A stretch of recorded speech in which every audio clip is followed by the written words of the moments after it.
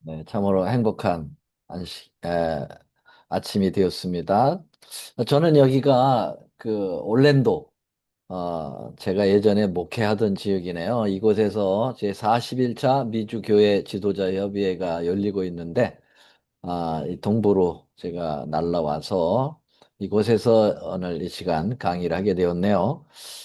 시간이 이제 서부에 있을 때는 5시인데, 여기 있을 때니까 8시가 되네요. 그래서 여기 스케줄하고 겹쳐서 어떡할까 걱정이 됐는데 마침 7시 반서부터 9시까지가 아침 식사 시간이에요. 그래서 제가 새벽 기도 마치고 제일 선착으로 나와서 밥 빨리 먹고 그리고 이제 방송에 임했는데 하나님께서 적절한 시간을 허락해 주셔서 감사합니다.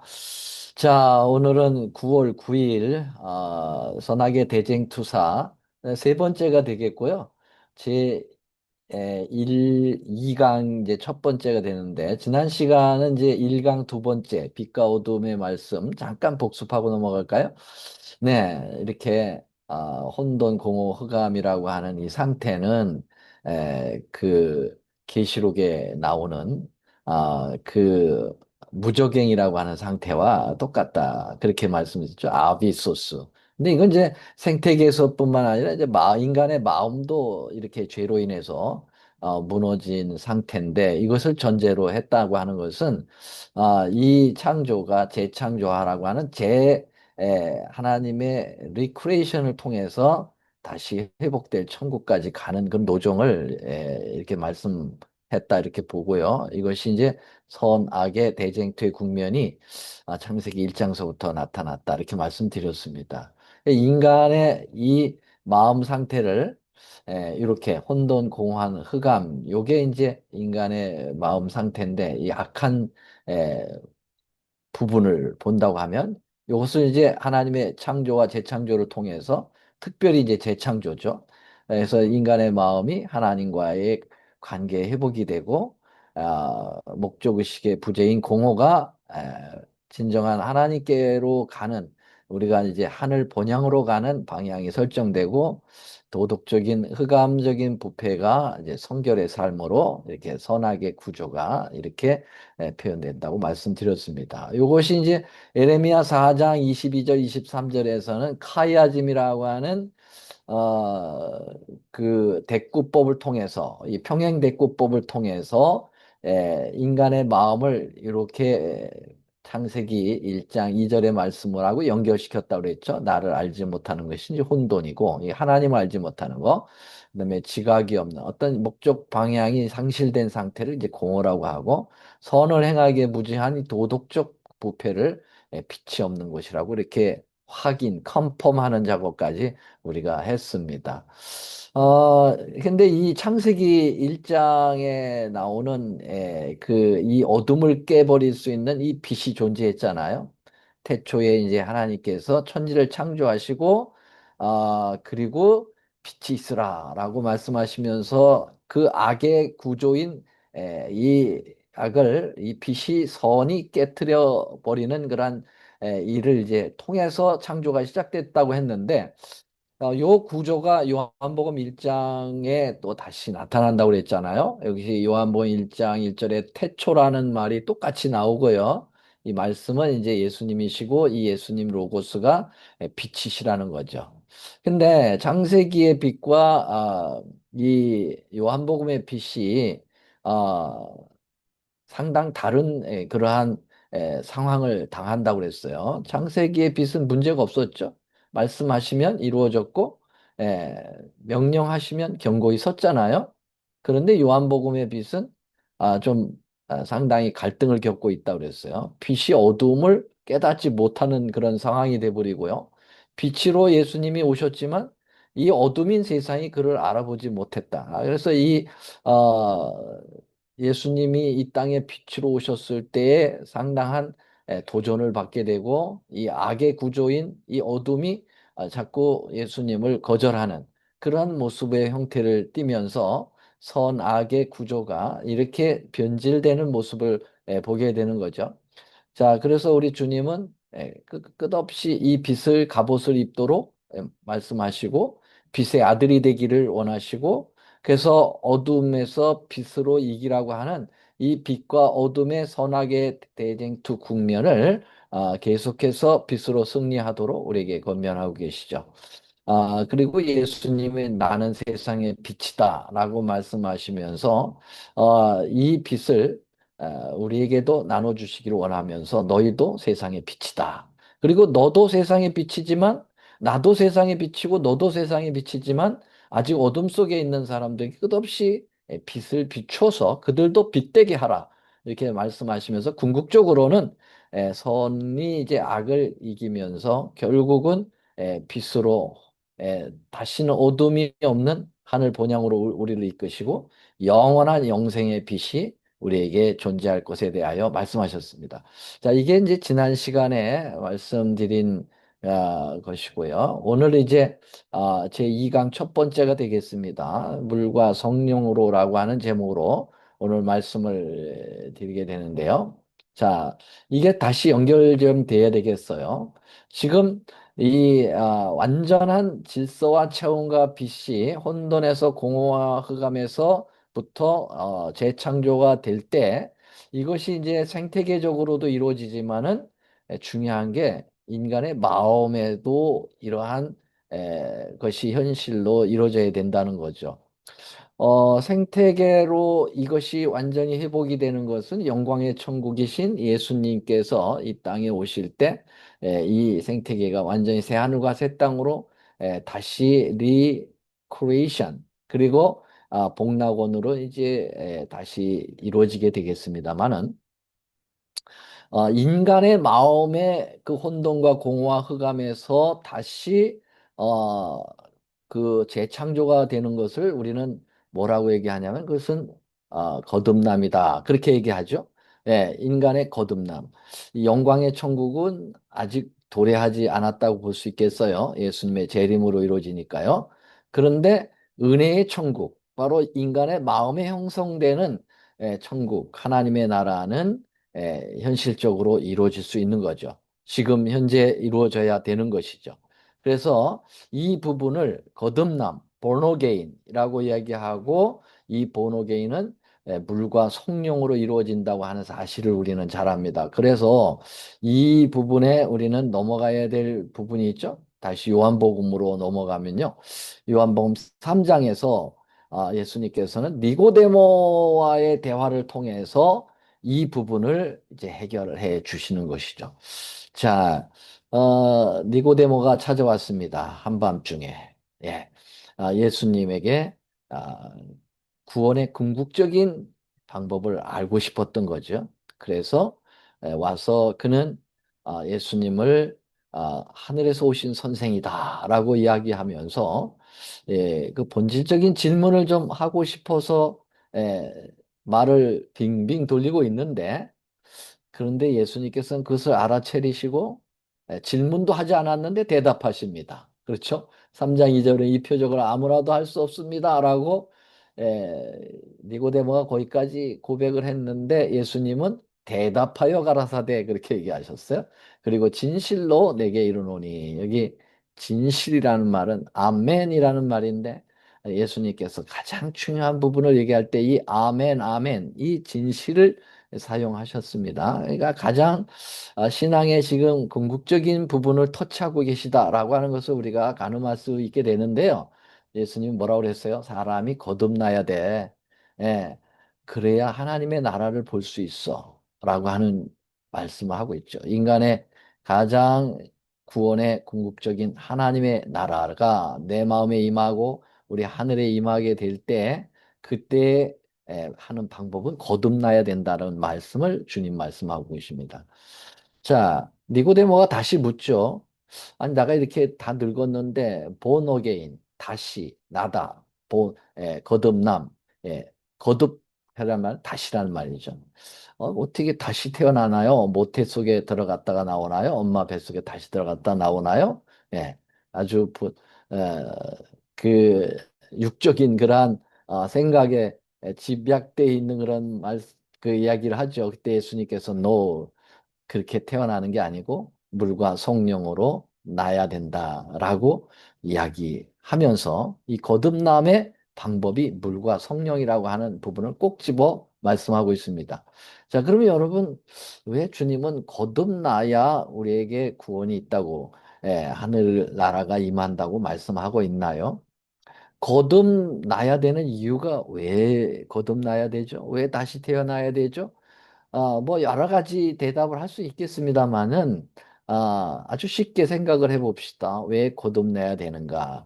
그것은 내가 태어난 첫 번째 태어남의 그 탄생을 가지고는 something wrong, 뭔가 문제가 있기 때문에 그 첫 번째 탄생을 이제 포기하고 다시 태어날 필요가 있다는 거예요. 그래서 첫 번째 탄생에 문제가 있다는 거예요. 이 첫 번째 탄생의 문제는 사실은 족보의 문제거든요. 아버지가 누구냐라고 하는 거죠. 이 아버지가 누구냐의 문제를 우리가 생각을 해야 이 문제가 풀리게 됩니다. 여러분의 아버지는 누구십니까? 저희 아버지는 성함이 순자 창자시거든요.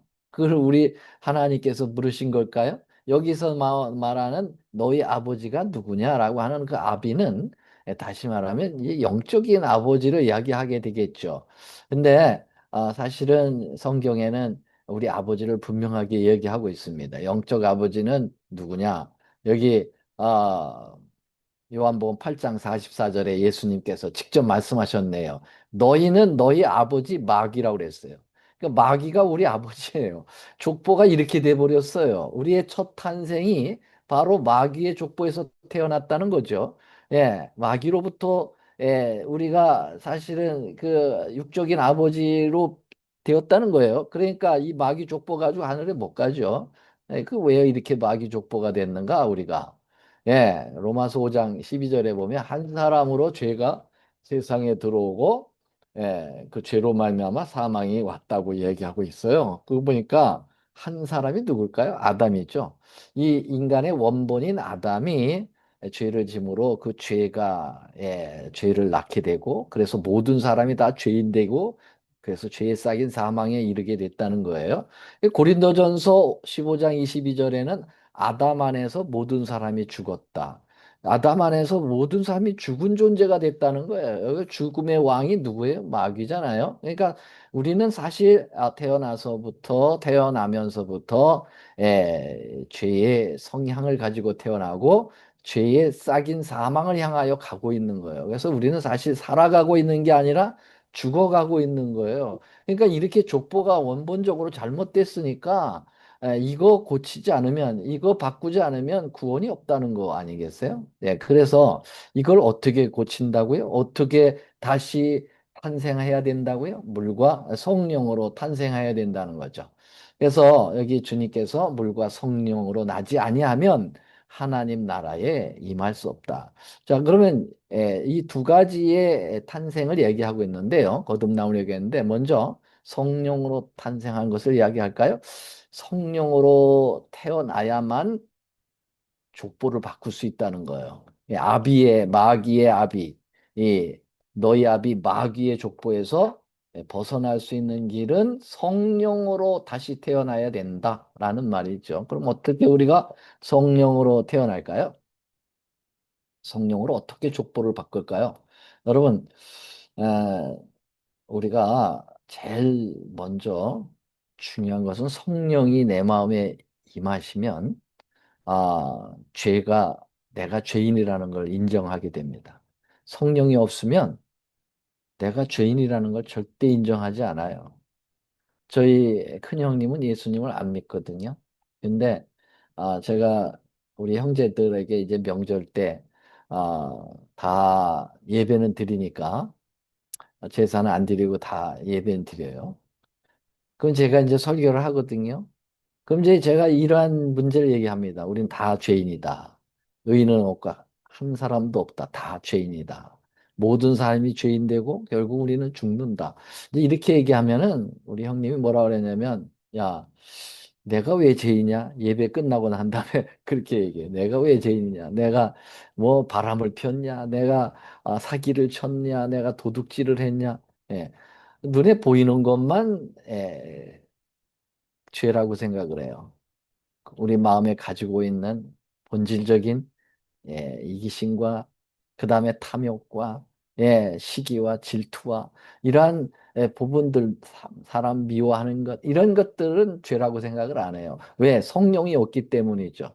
성령이 임하시면 제일 먼저 내가 죄인이라는 걸 인정하게 되고 죄인이라고 하는 걸 인정하게 되면 이 죄를 어떻게 할 것인가? 예. 그 사도행전 2장에 보면은 그 베드로가 성령이 충만해서 막 강력하게 복음을 증거하니까 이스라엘 백성들이 이제 죄를 깨달으면서 성령이 임하여 죄를 깨달으면서 뭐예요? 우리가 어찌할꼬 이렇게 나오죠. 그것이 아주 정답입니다. 그러면 성령 하나님께서 열린 그 마음에 회개하는 마음을 주시고 회개하는 마음을 통해서 죄를 죽여주시고 그리고 새로운 에, 자녀로 태어나게 합니다. 그게 이제 로마서 8장에 잘 드러나 있습니다. 너희가 육신대로 살면 반드시 죽을 것이로되 영으로서 몸의 행실을 죽이며 여기 영이라는 말은 스피릿이에요. 다시 말하면 Holy Spirit 성령으로서 너의 육신적 행실을 죽이면 살 일이니 무릇 하나님의 영으로 성령으로 인도함을 받는 그들은 이제 족보가 바뀌잖아요. 너희 아비는 마귀다라고 얘기했던 그것이 바뀌어요. 성령으로 인도함을 받는 그들은 하나님의 아들로 자녀가 바뀌는 거잖아요. 근데 어 이것을 우리 주님은 뭐라고 그러냐면 양자의 영이라고 그랬어요. 어댑터 됐다는 거예요. 마귀로부터 우리를 양자로 받아들였다. 그래서 양자면은 좀 내가 직접 난 아들하고 이제 어댑터한 아들하고 약간 좀 차이가 있어서 그 어댑터한 자녀들은 그걸 알게 되면은 좀 이렇게 친밀감이 떨어지잖아요. 근데 우리 하나님은 양자의 영으로 받아서 거듭났다 할지라도 아바 아버지라 부르게 하겠다라는 거. 아바라는 말은 아빠라는 말이죠. 친자녀라는 얘기죠. 그래서 완전하게 하나님의 자녀로 되게 하겠다. 성령을 통해서. 8장 16절에 보니까 성령이 친히 우리 영으로 더불어 우리가 하나님의 자녀인 것을 확증한다 그랬어요. 성령의 거듭나는 것은 성령 하나님께서 다양하게 우리를 완벽하게 주님의 자녀로 만들어 주시잖아요. 죄를 깨닫게 하고요. 회개하게 만드시고 자녀 되게 하시고 자녀 된 다음에는 이 사람 내 자녀라고 하는 걸 아주 증거까지 해주시는 성령 하나님의 그 역사가 얼마나 크신지요. 그래서 우리가 성령으로 거듭나는 것은 이것을 이야기합니다. 자, 그러면 여러분 성령의 거듭남으로 하면 됐지 또 뭐가 필요할까? 근데 우리 예수님은 그것만이 아니라 물로서도 거듭나야 된다라고 얘기하잖아요. 물과 성령으로. 이 두 가지가 꼭 필요하니까 말씀하신 거죠. 하나만 필요하다면 왜 굳이 물과 성령이라고 하는 두 가지를 얘기하겠습니까? 그래서 이 성령의 거듭남은 뭐고 물의 거듭남은 뭐냐?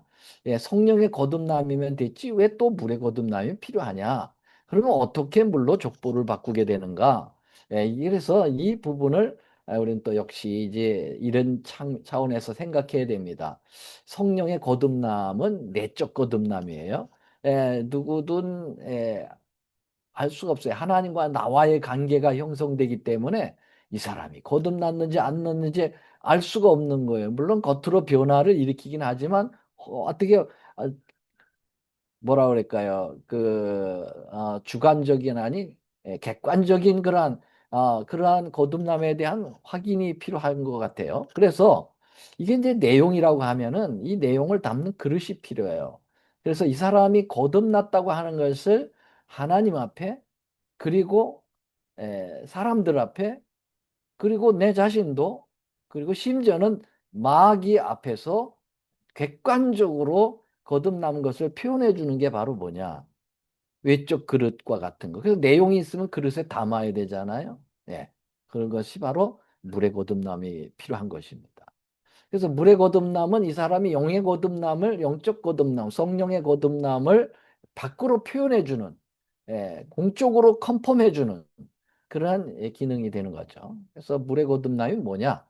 베드로전서 3장에 보면 물은 침례다 이렇게 이야기했어요. 물은 침례다. 여기 나오는 물은 영적인 물을 의미하는 거잖아요. 그래서 우리가 마시는 물 뭐 이런 것보다는 이 물은 바로 침례를 표현한다.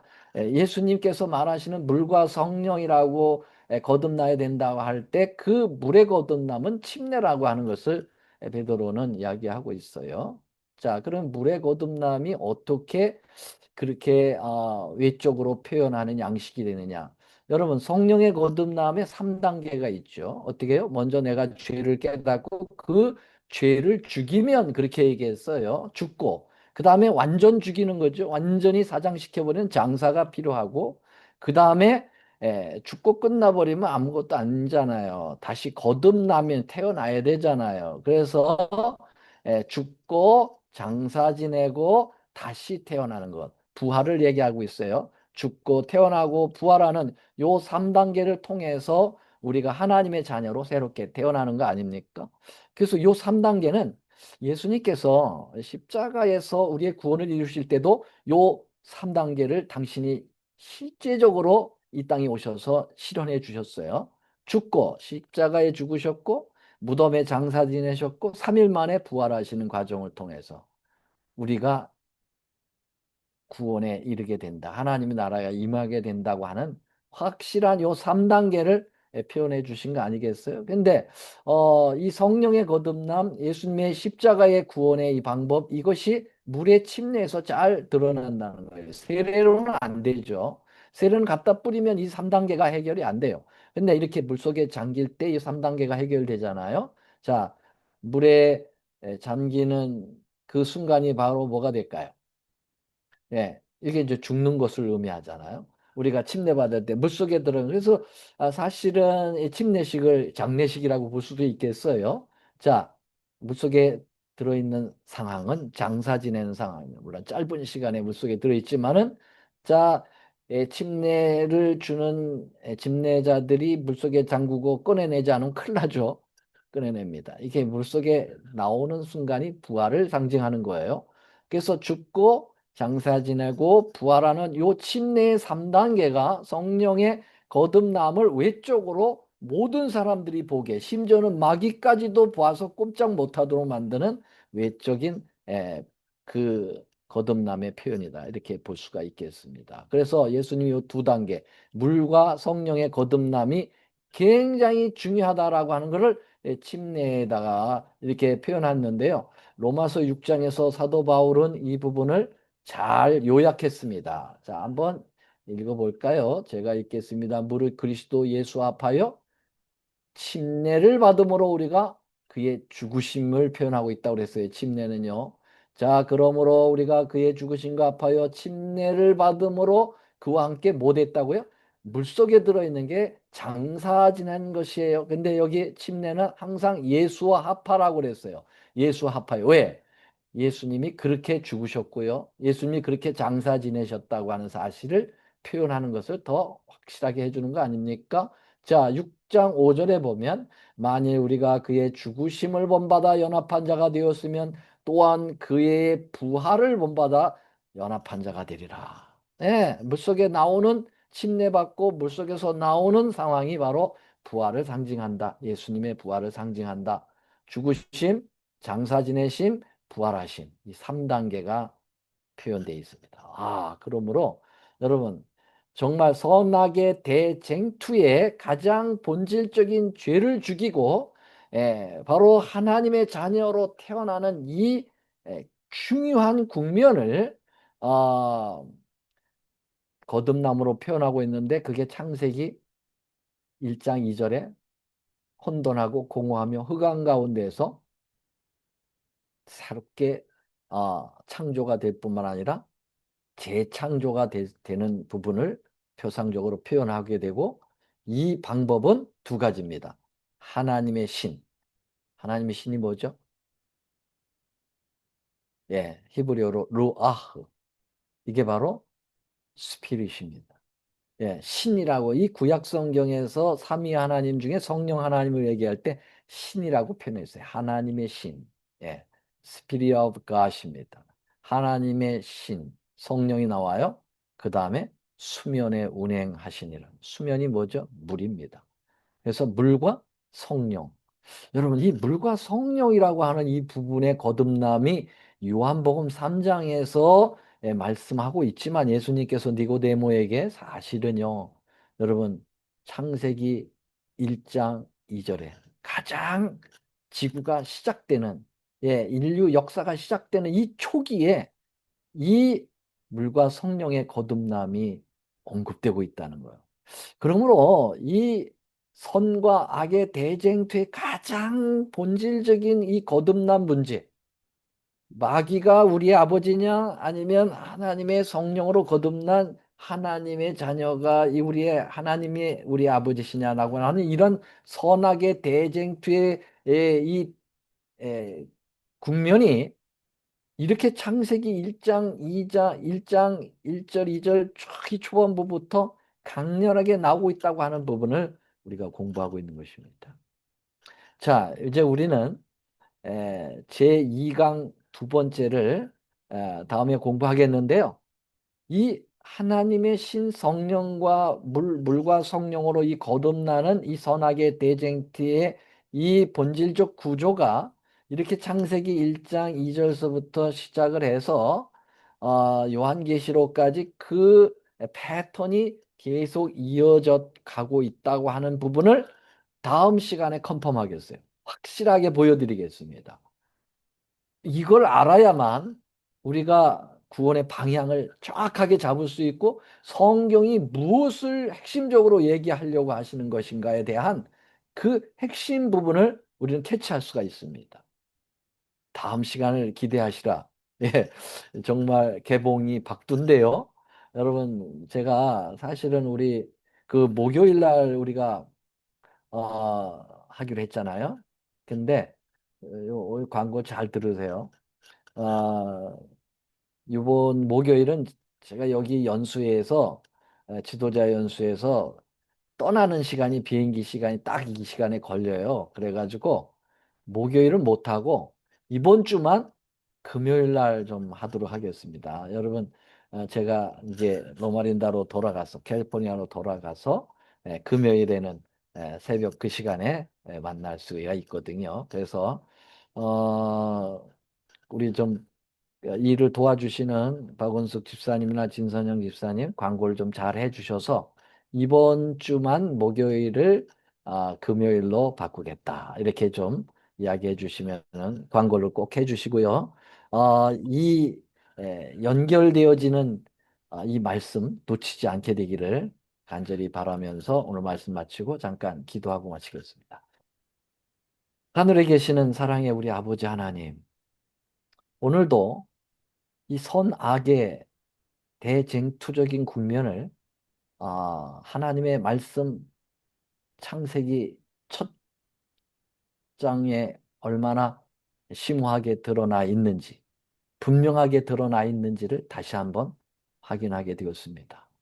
아버지 하나님, 우리 하나님은 물과 성령으로 거듭나도록 우리를 끊임없이 선으로 이끄시고 사단 마귀는 자기의 자녀를 빼앗길까 시기하고 질투하여 끝없이 이 침례를 방해하고 거듭남을 방해하는 역사를 지금 그는 마귀가 우는 사자처럼 덤벼드는 그런 모습으로 우리에게 도전해 오고 있습니다. 이러한 국면에서 우리가 믿음으로 승리하게 하시고 오늘도 성령 하나님의 강력한 감동을 통해서 내 죄를 회개하고 주님의 자녀를 되는 것에 대한 강한 의욕을 가지고 주님을 선택하도록 도와주시옵시고 그렇게 될 때 성령 하나님께서 우리를 친히 당신의 자녀인 것을 증명까지 해주시는 놀라운 은혜까지 입는 오늘 승리하는 하루가 되도록 인도하여 주시옵기를 우리 구주 예수님의 이름으로